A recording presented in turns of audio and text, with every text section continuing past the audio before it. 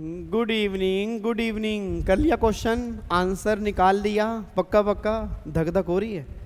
नहीं मतलब डर लग रहा है कि यार पता नहीं कितने बच्चों का सही होगा, कितने बच्चों का गलत होगा। अब बस आपके सामने पिक्चर खुलने वाली है और मैं गारंटी दे रहा हूँ क्वेश्चन नंबर 1 जो इनकम टैक्स वाला है ना, देखना काफ़ी सारे बच्चों को गलत होगा। लग गई शर्त? लग गई? पक्का देख लो, पार्टी देनी पड़ेगी। नहीं दिखाऊं? फिर आपको मैं दिखा देता हूँ। इधर देखो ध्यान से, मैं आपको यहाँ पे आंसर दिखाने जा रहा हूँ। एक बार चेक करना, सारे बच्चे अपना आंसर चेक करेंगे और फाइंड आउट करेंगे कहाँ कहाँ आपने गलती की है। और मुझे पता है 100% गलती आपने की है। आंसर आपके सामने है, देखो जी। यहाँ पे पहले मैं दिखा रहा हूँ ग्रोस टोटल इनकम कितनी आ रही है। ग्रोस टोटल इनकम अगर वो RNOR है, अगर वो RNOR है तो इनकम आ रही है 2,18,000। और अगर वो NR है तो इनकम आ रही है 2,38,000। होगी? टाइम टाइम फुस हो गई। बच्चा कह रहे सर हैं? नहीं, कमेंट बॉक्स में लिख के बताना। पाप लगेगा, माता रानी पाप लगाएगी अगर किसी बच्चे ने नहीं बताया कहाँ कहाँ गलती हुई है। सारे बच्चे कमेंट बॉक्स में लिख के बताएंगे। अब एक बार चेक करो ये आंसर आया कैसे है। इधर देखो ध्यान से। अब एक बात मेरे को बताओ, जो मुझे लग रहा है सबसे पहले आपने गलती पता किसमें की होगी? सैलरी वाले पॉइंट में गलती की होगी। सच्ची सच्ची बोल दो, हाँ बोलना। हाँ किया ना आपने सैलरी वाले पॉइंट, मुझे पता था। अब बच्चा कह रहा है सर मेरे को तो लग रहा है ये आंसर ही गलत दिखा रहे हो आप। सैलरी तो टैक्सेबल होगी नहीं ना सर। एक बात बताओ यार, क्वेश्चन में सैलरी उसने कमाई है, रिसीव की है मलेशिया में, सर्विस भी उसने वहां दी है, तो भाई बाहर कमाई बाहर रिसीव की तो NR के हाथ में भी टैक्सेबल कर रखी है इन्होंने, RNOR के भी हाथ में कर रखी है। पागल है क्या? ये छोटी बच्ची है क्या? हमें नहीं पता क्या? हमने भी चैप्टर पढ़ा है, ये जो इनकम बाहर कमाई बाहर रिसीव की टैक्सेबल क्यों कर दी? अच्छा क्वेश्चन ध्यान से पढ़ा था आपने?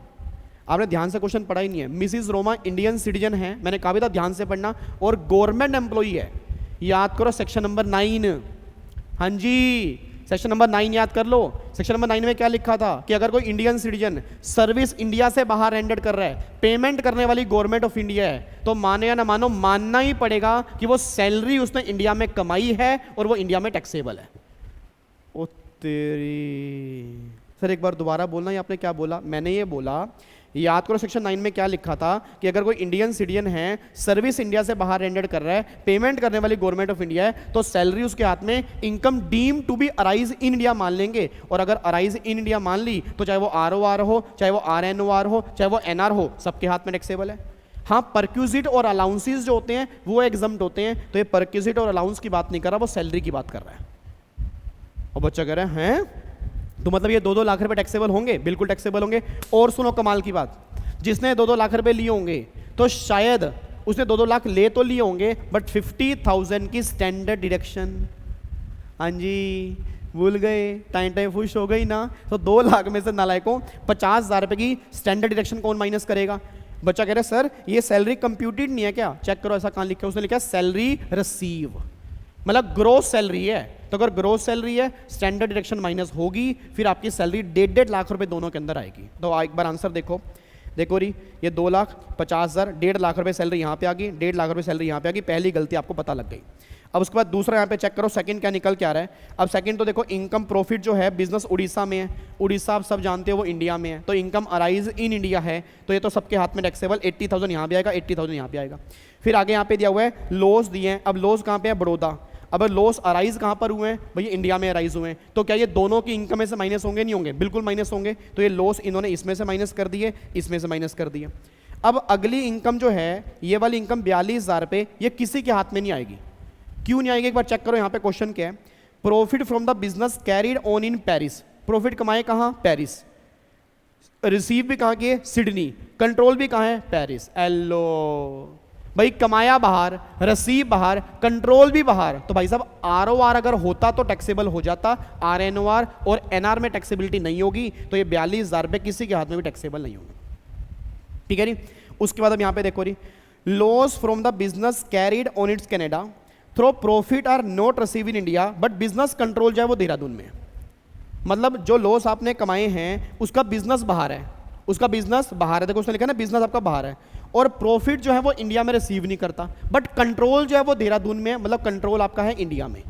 आपको मैंने एक पॉइंट कहा था, याद कर लो क्लास के अंदर, इवन फास्ट टैग बैच के अंदर भी कहा था कि अगर कंट्रोल इंडिया में होगा और बिजनेस इंडिया से बाहर है तो RNOR के हाथ में उसका ट्रीटमेंट करेंगे, NR के हाथ में नहीं करेंगे।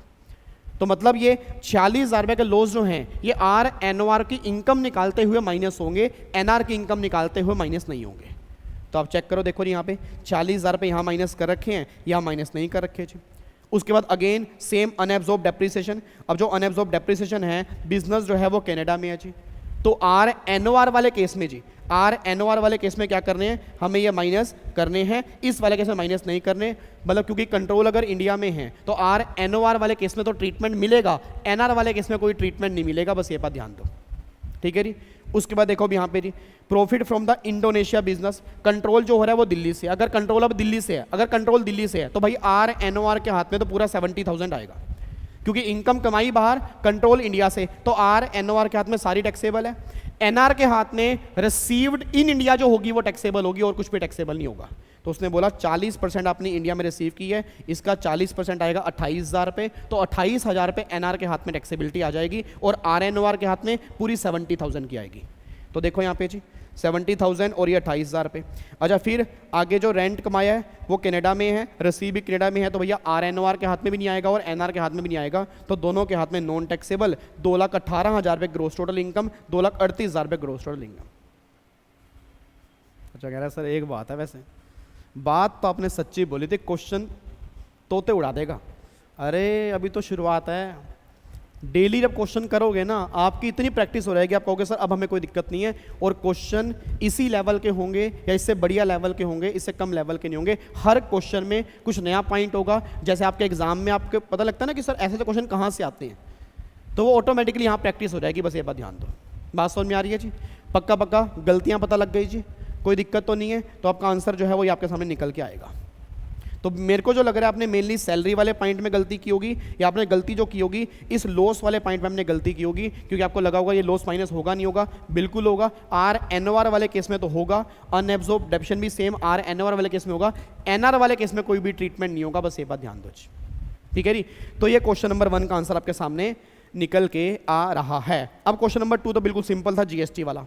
ये उसके नोट्स दिए हुए हैं, अगर आपको नोट्स पढ़ने हैं तो आप पढ़ लेना। ये वाले ये वर्किंग नोट है, ये आपके वर्किंग नोट है। Working note number 1, working note number 2, मतलब जो आपने ऊपर ट्रीटमेंट की है वो किस तरह से ट्रीटमेंट की है, ये वर्किंग नोट आपके सामने है।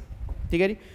उसके बाद चेक करो अब यहाँ पे अब आ रहा है क्वेश्चन नंबर 2 जो मैंने आपको जीएसटी का दिया था। अब एक बात मेरे को बताओ, हाँ जी आपको मैंने एक हिंट दे दिया था, वैसे याद करो फास्टैग बैच में एक मैंने अमेंडमेंट क्लास बताई थी। अमेंडमेंट क्लास मैंने कहा था जीटीए के अंदर एक अमेंडमेंट आई है, सॉरी रिवर्स चार्ज में एक अमेंडमेंट आई है कि renting for residential dwelling for use as residence एक जमाने में एग्जम्प्ट होता था।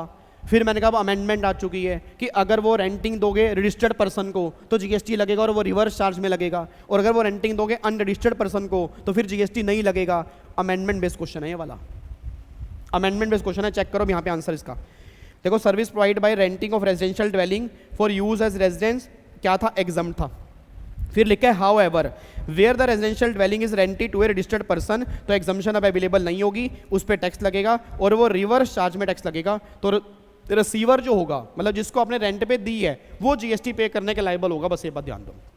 तो देखो यहाँ पे रिसीवर कौन है, in the given case Rudra technology is liable to pay GST on the residential dwelling taken on rent from Siddhi builders, मतलब सिद्धि बिल्डर से किराए पर ली। किसने किराए पर ली, रुद्रा वालों ने। तो रुद्रा वाले इस पे जीएसटी पे करेंगे, बिल्डर इस पे जीएसटी पे नहीं करेगा, रिवर्स चार्ज एप्लीकेबल हो जाएगा। क्वेश्चन नंबर 1 का आंसर।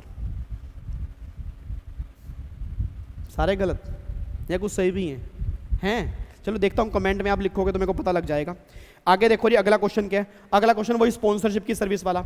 याद करो मैंने कहा था स्पॉन्सरशिप की सर्विस अगर किसी बॉडी कॉर्पोरेट को दी होगी या पार्टनरशिप फर्म को दी होगी, उस केस में रिवर्स चार्ज लगेगा, अदरवाइज रिवर्स चार्ज नहीं लगेगा। अब एक बार यहाँ पे चेक करना, service provided by any person by way of sponsorship to body corporate और पार्टनरशिप फर्म, जीएसटी जो होगा वो रिवर्स चार्ज में एप्लीकेबल हो जाएगा। अब इस गिवन केस में sponsorship service are being provided by the private NGO to a partnership firm, तो किसको सर्विस दी है, पार्टनरशिप फर्म को। तो जो पार्टनरशिप फर्म है, कौन सी पार्टनरशिप फर्म, पुरोहित कंसल्टेंट, तो वही जीएसटी पे करने के लायबल होगी रिवर्स चार्ज में। बात खत्म जी।